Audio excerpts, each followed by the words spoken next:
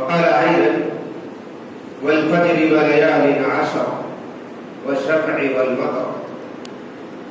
فكما قال الله تبارك قابل احترام معزز بزرگوں، عظیم نوجوانوں، پیارے بچوں اور پردہ نشین خواتین اسلام، سب سے پہلے اس اللہ رب العالمین کا بے انتہا فضل و کرم اور اس کا شکر اور اس کا احسان ہے جو اللہ رب العالمین میرا اور آپ کا ساری دنیا کا خالق اور مالک ہے اور یوم جزا کا مالک بھی ہے. اسی اللہ رب العالمین کے لیے تمام تعریفیں سداوار ہیں. بعدہ لا قدرت و سلام و جناب آقا محمد رسول اللہ صلی اللہ علیہ وسلم پر. اللہ رب العالمین کے فضل کے بعد، انہی کی محنتیں اور انہی کی قدر و کاوشوں کے بعد، تکالیف کے بعد اللہ رب العالمین نے دین اسلام کی عظیم دولت کو میرے اور آپ تک پہنچا ہے. حاضرین جمعہ، خطبہ مسنونہ میں سورۃ التوبہ کی ایک آیت اور سورۃ الفجر کی ابتدائی 2 آیتیں میں نے آپ لوگوں کے سامنے پڑھا. سورۃ التوبہ کی اس آیت میں اللہ رب العالمین یہ کہتا ہے ان عدۃ الشہور عند اللہ 12 شہرا فی کتاب اللہ یوم خلق السماوات والارض. جس دن سے اللہ رب العالمین نے زمین اور آسمان کو پیدا کیا ہے، اسی وقت سے اللہ تعالیٰ نے دنوں کا تعین کر دیا، مہینوں کا تعین کر دیا. یہ دنوں کا شمار، یہ دنوں کی گنتی، یہ مہینوں کی گنتی، یہ تمام کے تمام اللہ رب العالمین کے پاس محفوظ ہیں. اللہ تعالیٰ نے یہ دنوں کی گنتی اور مہینوں کی گنتی سارے کے سارے چیزیں اللہ رب العالمین نے لگائی. یہ مہینوں کے نام یہ اللہ رب العالمین کے جانب سے عائد کرتا ہے، اللہ رب العالمین کے جانب سے منتخب شدہ ہے. اسی لیے اللہ رب العالمین نے کہا ان عدۃ الشہور عند اللہ 12 شہرا. گنتی کے اعتبار سے مہینوں کی تعداد اللہ رب العالمین کے نزدیک 12 ہے. جس دن سے اللہ رب العالمین نے زمین اور آسمان کو پیدا کیا ہے، وہاں سے دنوں کا شمار اللہ رب العالمین نے کر دیا اور بتایا کہ مہینے 12 ہے. اس کے بعد اللہ تعالیٰ نے یہ بھی فرمایا کہ 12 مہینوں میں 4 مہینے اللہ رب العالمین کے نزدیک مقدس مہینے ہیں، معزز مہینے ہیں. منہا 4 حرم. اللہ رب العالمین نے کہا یہ 4 مہینے بڑے عظیم مہینے ہیں، یہ 4 مہینے بڑے مقدس مہینے ہیں. یہ مہینوں میں کیے جانے والے عبادات اللہ رب العالمین کے نزدیک بڑے ہی مرتبے اور بڑے ہی مقام والے. دور جاہلیت میں بھی عرب کے لوگ بڑے گنہگار تھے، بڑے بدمعاش تھے، بڑے فسادی تھے، لوٹ مار کرنے والے تھے، طرح طرح کے گناہوں کے اندر ملوث تھے. اس کے باوجود یہ 4 مہینے جو اشہر حرم ہیں، مقدس مہینے جب ان کے پاس آ جاتے تو یہ لوگ یہ مہینوں کی قدر کرتے، یہ مہینوں کا احترام کرتے، یہ مہینوں میں فسق و فجور کو چھوڑ دیتے، لڑائی جھگڑے کو چھوڑ دیتے. کہتے کہ یہ احترام والے مہینے ہی ان مہینوں کے اندر لڑائی جھگڑا کرنا، فسق و فسوق کرنا، ڈاکہ زنی کرنا، گناہ کے کام کرنا اللہ کے نزدیک عذاب والا ہے. یہ سمجھ کر کے وہ بھی ان مہینوں کی عزت کیا کرتے تھے اور احترام کیا کرتے. وہ 4 مہینے جو ہیں اللہ رب العالمین کے نزدیک جو مقدس مہینے 4 ہیں، وہ 4 مہینے لگاتار 3 مہینے ہیں، ذی القعدہ، ذی الحجہ، محرم. یہ 3 مہینے لگاتار ہیں. اس کے بعد یہ ایک مہینہ الگ سے ہے وہ رجب کا مہینہ. میں اور آپ جس مہینے سے گزر رہے ہیں یہ ذی الحجہ کا مہینہ ہے. کل ہی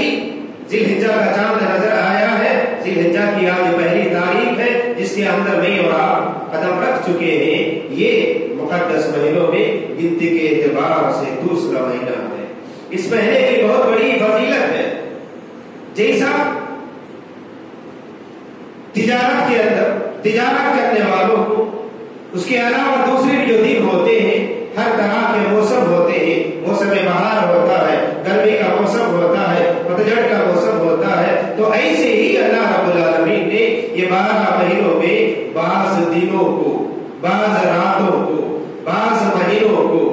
اللہ رب العالمین نے مقدس مہینے قرار دیا۔ اسی طرح سے یہ 4 جو مہینے ہیں بڑے مقدس مہینے ہیں، ان میں سے دوسرا جو مہینہ ہے ذی الحجہ کا مہینہ ہے، جس میں میں اور آپ قدم رکھ چکے ہیں۔ یہ ذی الحجہ کی پہلی تاریخ ہے۔ یہ ذی الحجہ کے مہینے کے ابتدائی جو 10 دن ہے، یہ 10 دنوں کی بڑی فضیلت ہے، بڑی اہمیت ہے۔ پیارے نبی رسول اللہ صلی اللہ علیہ وسلم نے فرمایا پورے سال میں ان 10 دنوں میں کیے جانے والی عبادتیں اللہ رب العالمین کے نزدیک بڑی اثر والے ہیں، بڑے ثواب والے مہینے ہیں، بڑے ثواب والے دن ہیں۔ ان دنوں میں کیے جانے والی عبادات اللہ رب العالمین کے نزدیک بڑے ہی معزز ہیں، بڑے ہی بہتر ہیں، بڑے ہی قدر والے ہیں۔ ان دنوں میں کیے جانے والے اعمال اللہ رب العالمین کو بہت زیادہ پسندیدہ اور محبوب ہے۔ ان دنوں میں کیے جانے والے عبادات، چاہے وہ نماز ہو، چاہے وہ روزہ ہو، چاہے وہ صدقہ ہو، چاہے وہ تلاوت ہو، کوئی بھی کام جسے ہم عبادت سمجھ کر کے کرتے ہیں، اللہ رب العالمین کے نزدیک بڑے ہی عظیم برکت والے ہیں۔ اللہ تعالیٰ بڑا ہی زیادہ ثواب ان مہینے میں ان دنوں میں کیے جانے والے اعمال کو عطا کرتا ہے۔ آپ صلی اللہ علیہ وسلم نے فرمایا یہ 10 دنوں میں کیے جانے والے عبادات اللہ رب العالمین کے نزدیک بہت زیادہ اثر والے ہیں۔ یہاں تک کہ کسی کہنے والے سائل نے ایک صحابی رسول نے اللہ کے نبی صلی اللہ علیہ وسلم سے کہا، سوال کیا، کیا یہ 10 دنوں میں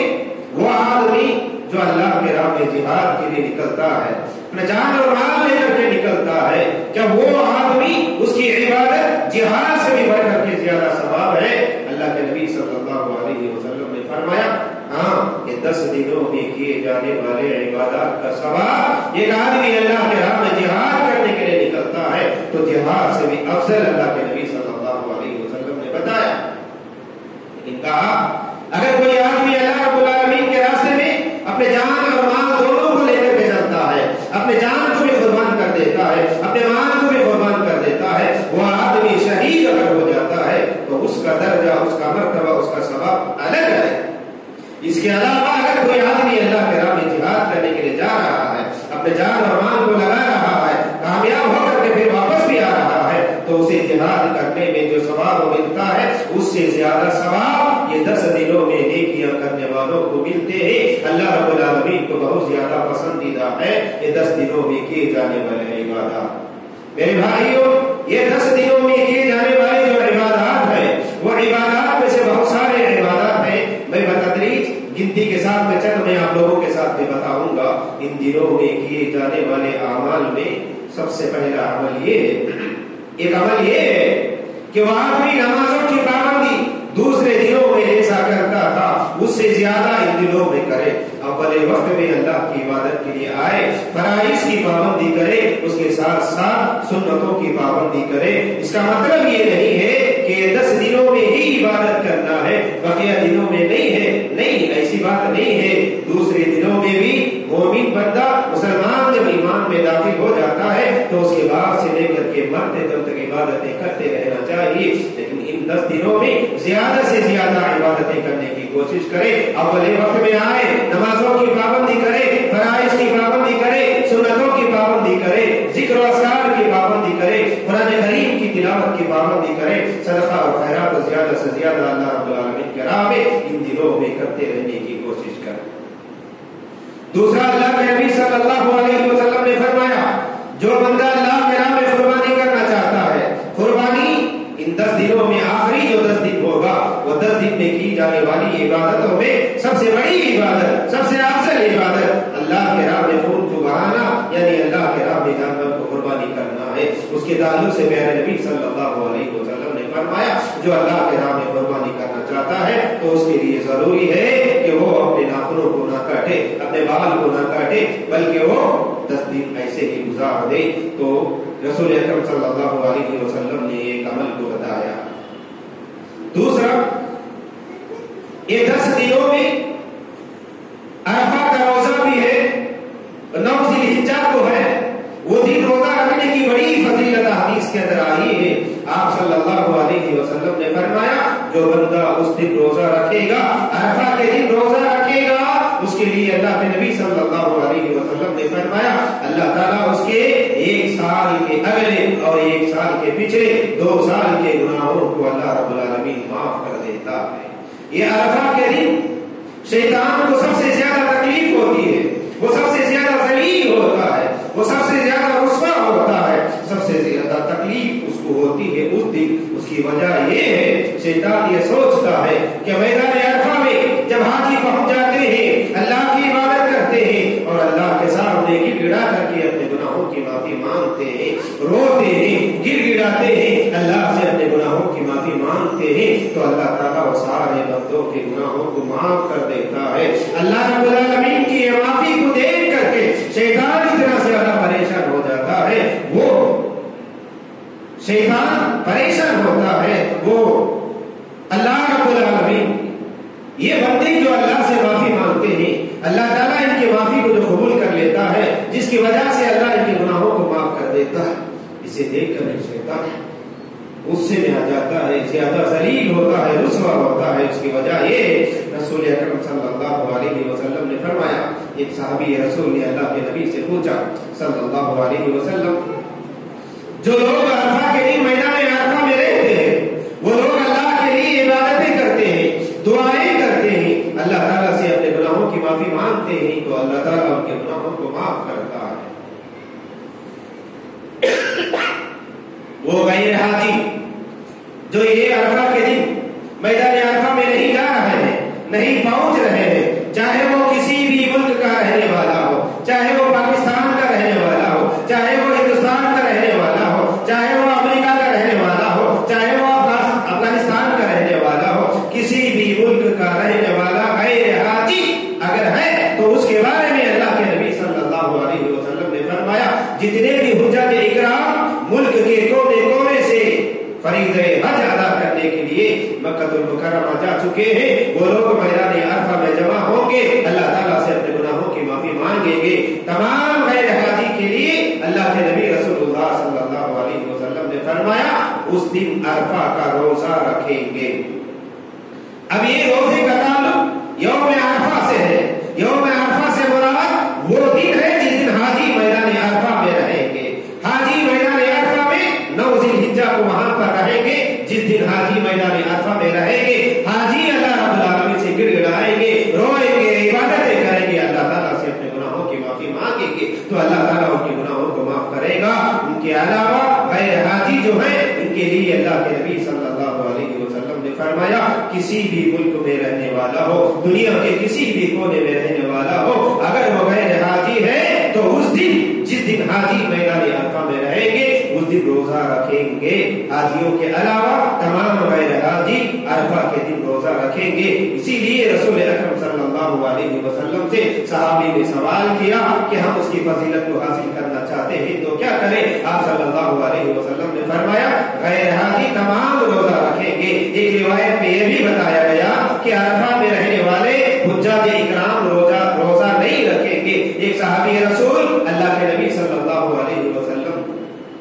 روزہ رکھے ہی یا نہیں معلوم کرنے کے لیے اللہ کے نبی کے پاس دودھ کا ایک پیالہ پیش کیا۔ اللہ کے نبی صلی اللہ علیہ وسلم نے اسے لیا، نوش فرمایا، پیا اور کہا، صحابہ کرام سے فرمایا کہ عرفہ کے دن حاجی جو میدان عرفہ میں رہیں گے وہ لوگ آ کر کے روزہ نہیں رکھیں گے، ان کے علاوہ غیر حاجی جتنے بھی ہوں گے وہ دنیا کے کسی بھی کونے میں رہیں گے، کسی بھی ملک میں رہیں گے۔ یاد رکھیں یوم عرفہ کا تعلق اس دن سے ہے جس دن حجاج اکرام میدان عرفہ میں جمع ہوں گے، اس دن غیر حاجی چاہے وہ کسی بھی ملک کا رہنے والا ہو وہ آدمی عرفہ کا روزہ رکھیں گے۔ اس کے علاوہ قربانی کا دن ہے، 10 ذی الحجہ جو ہوگی وہ قربانی کا دن ہوگا۔ یہ 10 دنوں میں آخری جو دن ہوگا وہ دن اللہ رب العالمین کے نزدیک سب سے زیادہ پسندیدہ عمل، اللہ رب العالمین کے نزدیک سب سے محبوب عمل قربانی ہے، جو اللہ کے راہ میں قربانی کرتے ہیں۔ قربانی میں آپ جو کرتے ہیں، یہ قربانی کے لیے میرے بھائیوں 2 چیزیں سب سے ضروری ہیں۔ پہلی چیز اللہ کی رضامندی کے لیے ہو، اللہ کی رضامندی کے لیے ہو، اس کے اندر ریاکاری نہ ہو، لوگوں کو دکھانے کے لیے نہ ہو۔ اللہ کے نبی رسول اللہ صلی اللہ علیہ وسلم نے فرمایا، ہر وہ بندہ جو اللہ کے راہ میں قربانی کرنے کی طاقت رکھتا ہے، استطاعت رکھتا ہے تو اسے چاہیے کہ وہ قربانی اللہ کے راہ میں کرے. اگر مکمل جانور اللہ کے راہ میں دے سکتا ہے, اسے طاقت اور استطاعت ہے تو دے, اگر نہیں ہے تو کم سے کم 4-7 فیملی والے 7 خاندان کے لوگ مل کر کے ایک جانور میں حصہ لے سکتے ہیں. بہت سارے لوگ یہ سمجھتے ہیں 7 حصے کا مطلب ایک آدمی کا ایک حصہ سمجھتے ہیں. نہیں, ایک فیملی میں جتنے لوگ رہتے ہیں تمام لوگوں کی طرف سے ایک حصہ بھی اگر لے لیا جائے تو وہی حصہ کافی ہے. ایک آدمی کے لیے ایک حصہ نہیں ہے, بلکہ ایک خاندان والے مل کر کے ایک حصہ اگر لے لیا جائے تو وہی کافی ہے. تو بہرحال 10 ذی الحجہ جو عید کا دن ہوگا, اس دن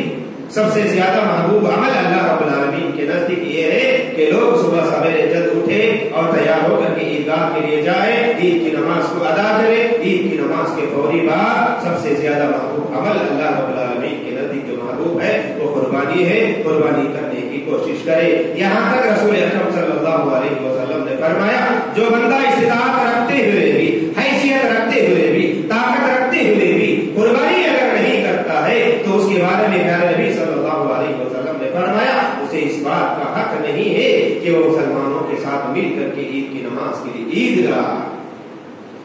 اگر کسی کو طاقت نہیں ہے تو کوئی بات نہیں ہے, اگر کسی کو طاقت ہے, استطاعت ہے, تو اس انسان کو چاہیے کہ وہ اللہ کے راہ میں قربانی کرے. قربانی کے تعلق سے میرے بھائیوں, اللہ رب العالمین نے کہا لَن يَنَالَ اللَّهُ لُحُومُهَا وَلَا دِمَاؤُهَا وَلَكِن يَنَالُ التَّقْوَىٰ مِنكُمْ. اللہ تعالیٰ یہ نہیں دیکھتا ہے کہ تم کتنا خون بہا رہے ہو,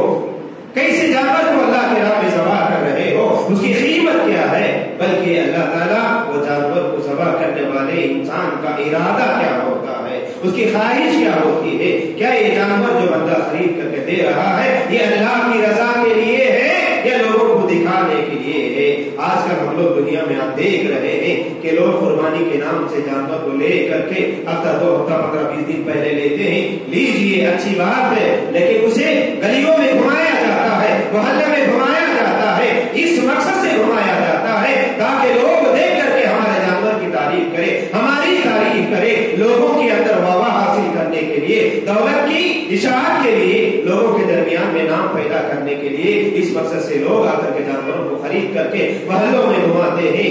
گلیوں میں گھماتے ہیں, لوگوں کے درمیان میں چرچے کرتے ہیں اور یہ قربانی کے تعلق سے ایک دوسرے پر فخر حاصل کرنے کی کوشش کرتے ہیں. ہمارا پڑوسی 10,000 کا جانور لیا ہے, میں 25,000 کا لوں گا, تو دوسرا 50 کا لیتا ہے, دوسرا 1 لاکھ کا لیتا ہے, 2-2 لاکھ 5-5 لاکھ کے جانوروں کو خرید کر کے قربانی کرنے کی کوشش کرتے ہیں. اگر وہ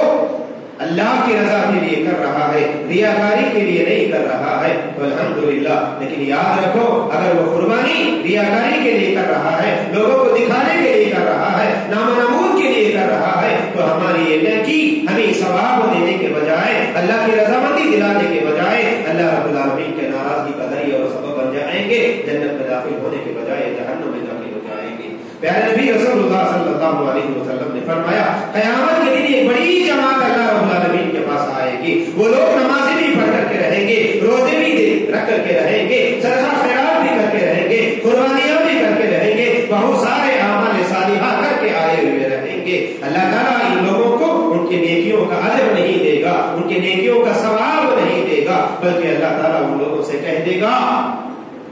جن لوگوں کو دکھانے کے لیے, جن لوگوں کی خوشی کے لیے تم نے دنیا میں نماز پڑھا, وہ لوگ وہاں پر موجود ہیں, جاؤ ان سے تم بدلہ لے لو.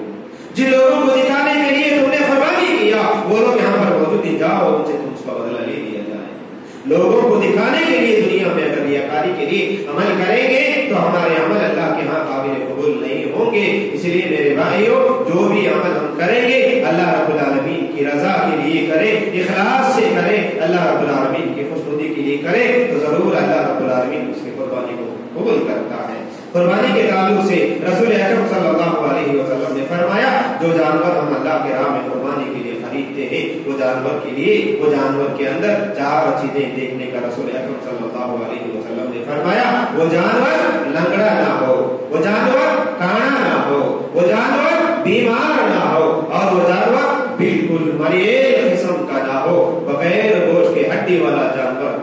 کمزور جانور, لاغر جانور نہ ہو. اس کے علاوہ رسول اکرم صلی اللہ علیہ وسلم نے یہ حکم دیا ہے جو جانور تم اللہ کے راہ میں قربانی دینا چاہتے ہیں وہ جانور کے اندر یہ تمام چیزیں دیکھا جائے، پھر اللہ کی رضامندی کو مقدم رکھا جائے، اللہ کی رضا کے لیے لا کر کے قربانی اگر کرے تو رسول اکرم صلی اللہ علیہ وسلم نے فرمایا اللہ تعالیٰ ان اعمال کو قبول کرتا ہے۔ تو بہرحال خلاصہ کلام یہ ہے میرے بھائیوں، یہ ذی الحجہ کے 10 دن جس میں میں اور آپ داخل ہو چکے ہیں، آج پہلی تاریخ ہے ذی الحجہ کی، اور یہ 10 دنوں میں زیادہ سے زیادہ عبادات کرنے کی کوشش کرے، اپنے اوقات کو بیکار کاموں میں لگانے کے بجائے ذکر میں لگائے، عبادت میں لگائے، تلاوت میں لگائے، صدقہ خیرات میں لگائے، تسبیحات میں لگائے، اللہ کی حمد و ثنا بیان کرنے میں لگائے، بیکار باتوں میں بیکار کاموں میں اپنے اوقات کو ضائع کرنے کی کوشش نہ کرے، اللہ تعالیٰ کو راضی کرنے کی کوشش کرے۔ یہ سب سے پہلا کام یہ 10